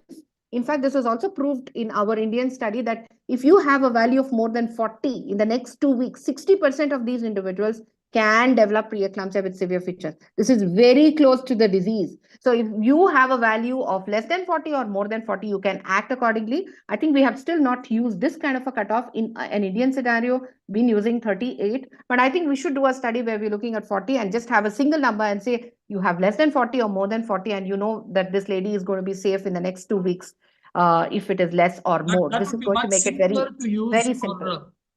In a community, that would be much simpler to use. And what do you want to do when somebody has developed this? Make sure you put her in a tertiary place. Make sure you see her more frequently. Make sure you betamethasone her if in case there is growth restriction. So you prepare yourself for delivery so that you prevent adverse outcomes. This is what biomarkers can do to you. Sir, I think we have answered all the questions. And if there are anything on the chat box, I can actually put it on the email. We should go in for the graduation ceremony now. Yes, sir. Aruna, is Dr. Sarosh Rana there by any chance? She's not a joint? No, ma'am. She's trying her best. She's also taken up, she's accepted on her personal email also. I think once she's ready, she would join sometime. Naveen, Aruna, can you just put in should I announce the different delegates, sir, from different geography before we actually do that? Yeah. Please. Yeah, I will share my screen, ma'am. Yeah, I'll close this. And you please put in the graduation ceremony. I think we will ask Prakash Mehta, sir, to cut the ribbon and congratulate all the graduates first. Okay, so we have the slides, sir. We are really happy to announce that these delegates have graduated through the PENI course and they have all got above 70%. In fact, they have gone through the drill of taking assessment more than once in case the score has been less, attended VIVA, they've done all kinds of things, taken the objective-based test, they have taken the clinical case-based discussion. So it's been a lot of strict assessments that they've gone through. And we are very happy to announce that we have 56 passed out delegates from Bengaluru. We have 2 from Chandigarh. We have 5 from Hubballi. Kerala has 2 delegates. Mysuru has 41, though, so they stand second on the list for the VIS-3. New Delhi has 1, Odisha has 1, Puducherry has 5, Tamil Nadu as a state is the highest number of delegates so far. So I'm really glad. I think we should be actually giving them a big round of applause. So they have about 85 passed out delegates. We have 3 from Telangana, we have 1 from West Bengal, and we also had a UK delegate who attended the workshop and she graduated.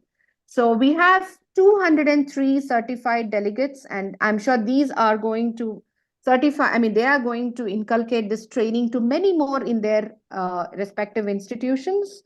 And so we have about 203 certified doctors of PENI who are attending and this session and who have also contributed to the questions. Yeah, we Uh, also Aruna? have had delegates from Nepal, Afghanistan, Bangladesh, but unfortunately, they have not completed that certification. Yes. So their numbers don't reflect here. Yes, correct. So we are also working on the webinar version so that they can complete their course and take the assessment so that they can also be certified. We also have one candidate from Afghanistan who's very interested to put this training across to several obstetrician gynecologists in his country because there is no formal training on preeclampsia in his country. So this is from May 23 till Feb 24. Next slide, Aruna. I request Prakash Mehta, sir, and also, I mean, on behalf of, he also, represents Dr. Sarosh Rana also. So I request them to cut this ribbon and congratulate all the delegates, sir.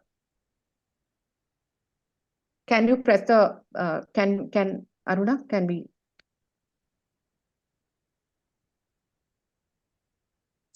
So thank you, delegates, for being a part of this program. And I'm sure you will take this message across to various parts of the country. The ultimate aim of this program is that we all learn and treat our preeclampsia patients in a much better way. And not only just treat, we are now going more into the preventive aspects of preeclampsia. And we hope that you will all contribute, and jointly, we all will be able to save many women across the country and the world. Thank you. Thank you so much, sir, for certifying these graduates. And I think they've done a lot of effort and they will take this extra mile to educate and train not just doctors, but also their support staff in dealing with preeclampsia. We also have a special nurses version, which we actually put across in the iShip World Congress, which we would make it available very soon to all as well. We are also coming with the PENAI update, which will carry lectures as well as panels. It will have plenaries, short lectures, panels, and oral presentations, which were conducted at the iShip World Congress, which we will be making it available on our website very soon because there are lots of people who have not attended the Congress or they have missed it because they were parallel sessions. So they can do it for a conditional access of 6 weeks for a very minimal commitment fee. There could be institutional access taken also. This we are coming very soon. Sir, we would also want to welcome some of our PENAI coordinators or champions who've really made it big to inspire and motivate the delegates in their region to actually participate, take this course, and certify. So we really take this pride to welcome Dr. Ramani Devi. Is Madam there? Yes, I can see her. Yes. She's the current president of the Tamil Nadu Federation of Obstetrics and Gynecology. And I thank you, Madam, for giving us this wonderful opportunity to set up this PENAI workshop at the state level at the TNFOG Congress. And it was a huge success. We had more than 100 participants and about 85 certified who are part of this meeting.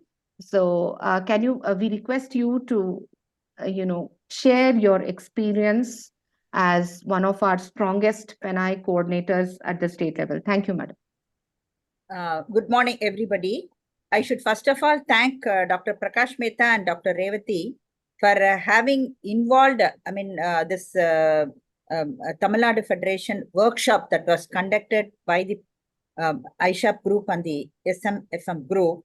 And that was really a very, very successful workshop. I should say that I got the idea of conducting this PENAI program in Trichy TNFOG state conference only after I attended the World Congress that was conducted last year at Bengaluru. That was really an eye-opener. I could see how much knowledge the medicals as well as the paramedical people had obtained through this, and that gave me an inspiration. And as a result, many of our members, though they were not, it was a limited, we had limited the workshop number only to 100. Those who couldn't participate in that, they were going through the YouTube lib, and probably I, as a president of Tamil Nadu OBGYN, I would like to incorporate this PENAI program in our monthly program so that we can make the members of Tamil Nadu Federation to become PENAI certified consultants. And the paramedical workshop also was very nice at Bengaluru, and a lot of paramedical people had come all over the world. I could see many of them from Africa, Afghanistan, and so many countries, backward countries. But they were the their interest to learn so much of thing as a paramedical person. It was something amazing. So we are also having we conduct this paramedical course once in 6 months to our TNFOG members. Actually, yesterday we have the hypertensive disorder program for the paramedical. Apart from Manyata, we have a 7-day course. I think like that we can incorporate Penai program to the paramedical also. So I am also happy that out of the 100 plus participants, 85 of them were able to achieve the FNI certification program. That means it shows how much the doctors are involved in learning about this hypertensive disorders, because now we know that is one of the most important causes for maternal mortality as well as morbidity. Unless everyone has got an uniform idea and they have learned about the depth of the disease, we cannot achieve this. So with this, I congratulate the entire team of Dr. Prakash Mehta, Dr. Revati and Dr. Sunita, who was also a part of the program, Penai program at Trichy, and our local coordinators, Dr. Akila and Dr. Gayatri, who had done a wonderful work in coordinating all these programs. So let us expand to the other, other districts of Tamil Nadu, so that Tamil Nadu gets the maximum number of Penai certified consultants. And thanks for the opportunity given to me. Thank you. Thank you, madam. We really appreciate all that you did in propagating this program. And we are hoping that this kind of programs will be coming all over across India and across Asia. We have been in touch with many people across, but any good thing takes some time to come through. So, but I'm sure it will be done the way we did in Tamil Nadu, the way we did it in Mysuru. So we'll be doing it in all across everywhere. Thank you for all your encouragement.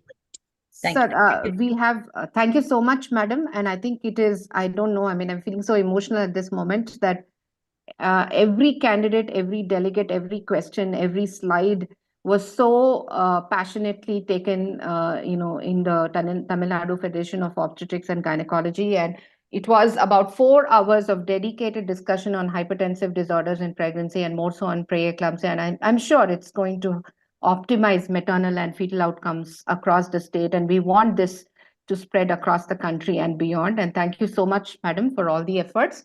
And I think she takes the pride to have the largest number of that means completely certified delegates based on assessment who have passed out with 70% marks. So I think she deserves a huge applause. And next, I wouldn't say, I think I would, it's not that, Mysuru comes second on this lot, but I think they take the privilege of being the first on-site group, because we started the on-site version of Penai with our SMFMI Mysuru chapter, and I congratulate Dr. Sushma Dev and Dr. Hemapriya, who actually took this initiative in a very big way, and we have about 41 delegates who certified post-test. I think we had we had limited the number of attendees. We didn't want to go beyond 50, but we accommodated 60, and we had about 41 delegates who kind of cleared the test with 70%. So Dr. Sushma Dev, can you please share your experience about how you did it from the on-site perspective? That is, as a society, how were you able to do it? Very good morning, everyone.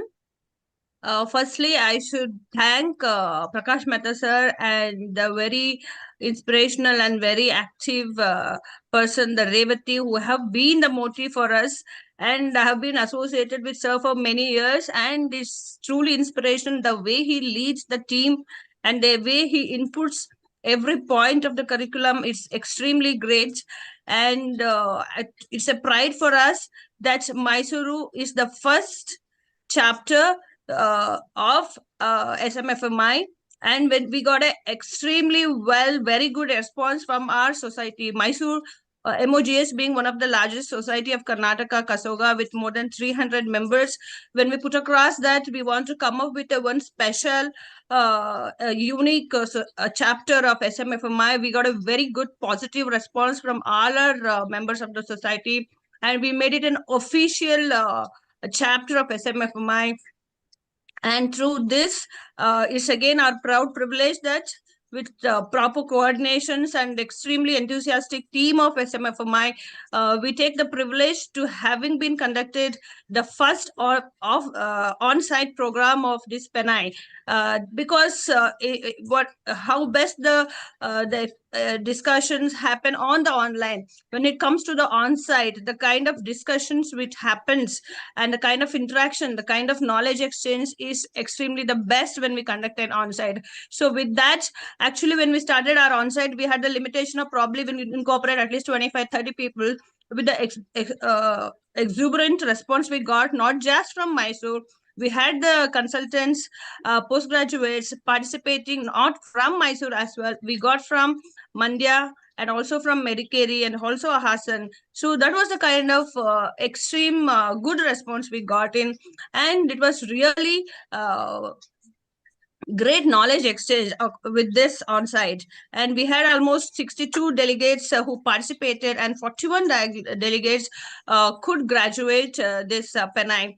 So PENI is being extremely increasing our knowledge, and it has changed our perceptions, and it has improved our knowledge and how we approach the management of preeclampsias, how we go about management, and most importantly, this has given us great knowledge with respect to the preventive aspects, that is especially with the biomarkers. This has changed our implementations and the management practicals. How about this one? And we have started already. We were doing it in a limited forum of biomarkers. We have been very selective. In very unique, with very few patients, we were utilizing the biomarkers. And after these discussions, and most of the consultants in Mysuru have implemented biomarkers as part of their workup of preeclampsia, and it has really helped us to reduce the hospitalization of these patients and also plan the kind of delivery and timely, and helped us to improve the maternal and the fetal outcomes in a drastic way. And of course, the SMFMI has given us a greater opportunity, and Mysuru chapter being the one of the major participants are part of the organizing committee of World Congress. It was really like we came into in-person touch with all the world faculties, the kind of their knowledge, and it was a great opportunity for us to interact in an international forum.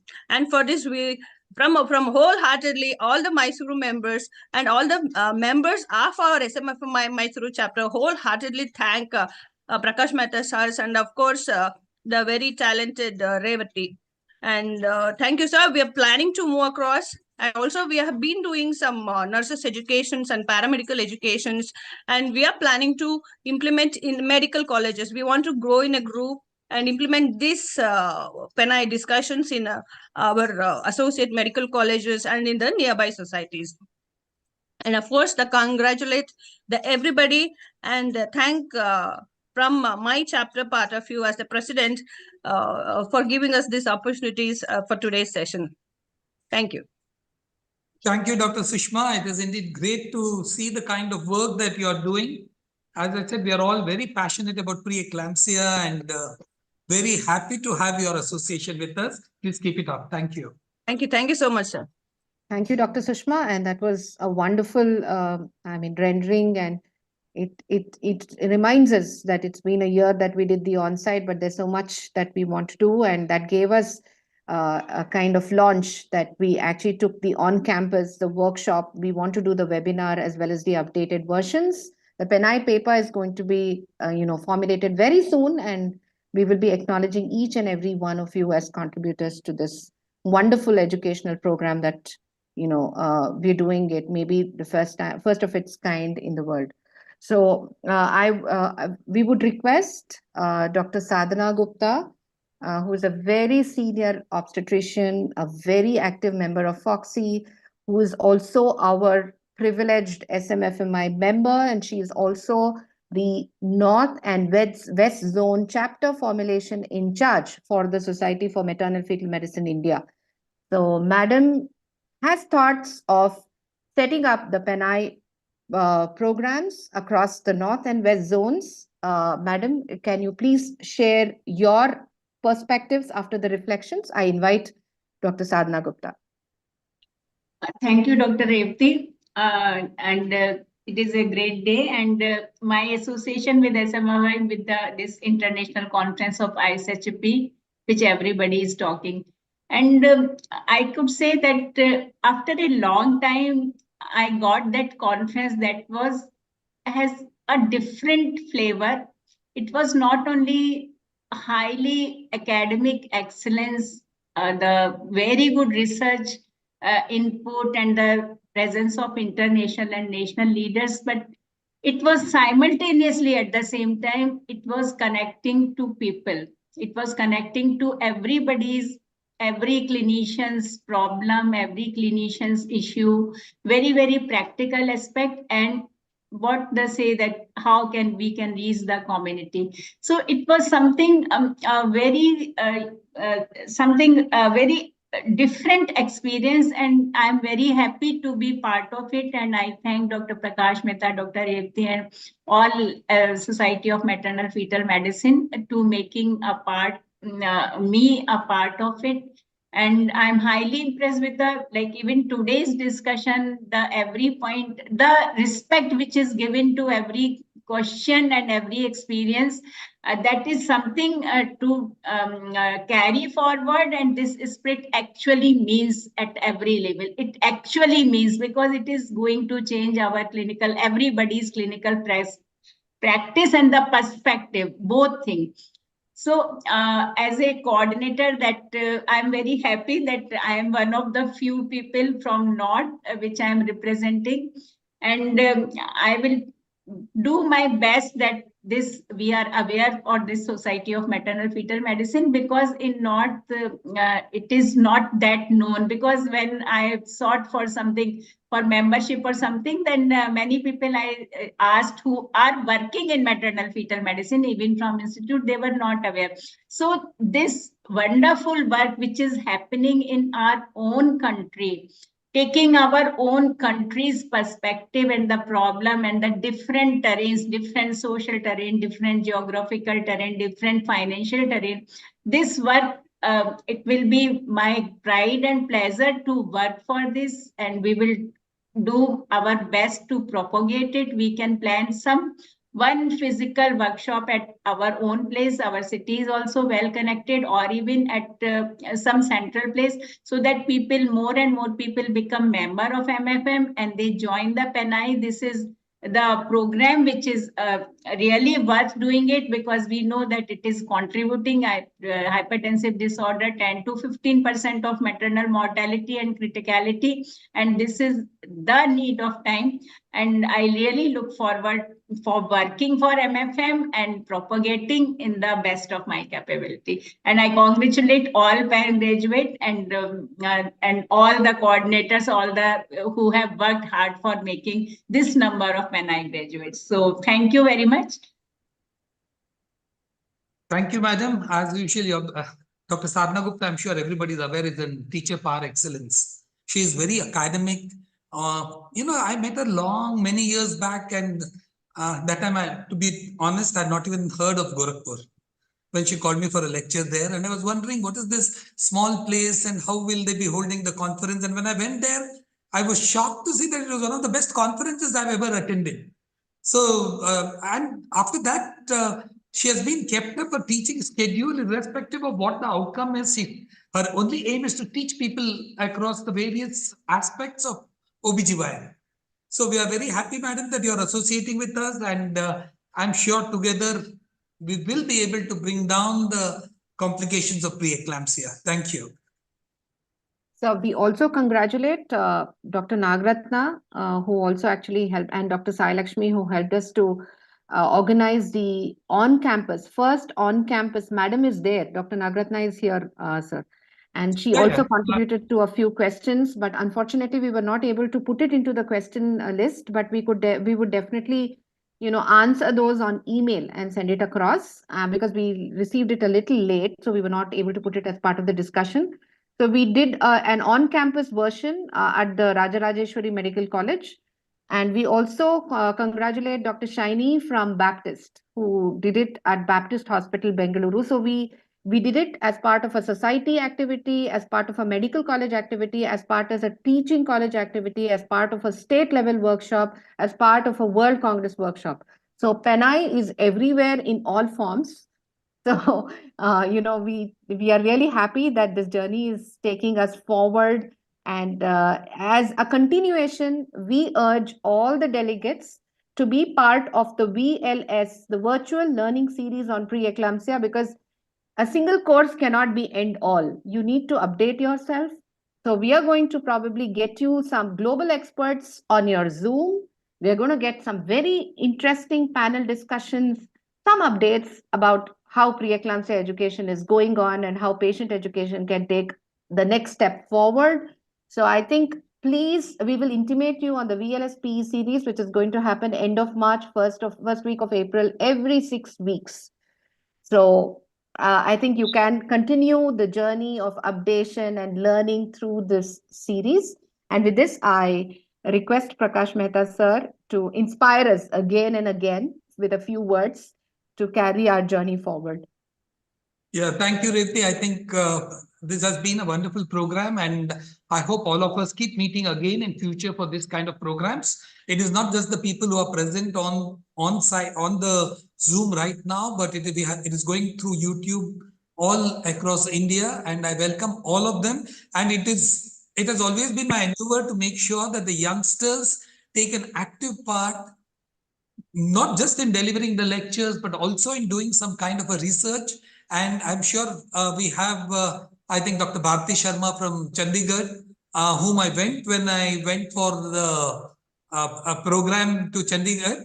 And she's taking an active role. And we are happy to see many such youngsters come forward and do this kind of work. And we hope that many more will come forward like this. So thank you all very much. Congratulations to all our graduates once again. Please continue your learning. Just by getting one certification is not enough. We will be having a lot of updating programs. Please join us for all those updating programs. And thank you all very much for being with us today. Thank you and good day to everyone. Namaskar. Let's join hands to save lives. Thank you. Thank you. Thank you, organizers, for the wonderful program and the explanation you had given for each and every question that was discussed. It was wonderful and amazing. Look forward to many more workshops like this. Thank you. Thank you, madam. Thanks all. I think congratulations, Revati and Prakash, for that wonderful CME. I think you have taken a lot of time and energy to put into this interactive session. It is really wonderful to answer those all small things also you have spoken, and definitely it's going to help and give a practical tips to all the consultants. I think this PENAI should spread its messages to all medical colleges, and especially all the societies of Karnataka should come forward and take this PENAI courses, so that it has to reach to the rural population. That is what the PENAI should aim at. I feel the rural is the one who are really affected. Somehow in this urban areas, they do get some help, but rural is the one which we need to focus on. That's what I feel.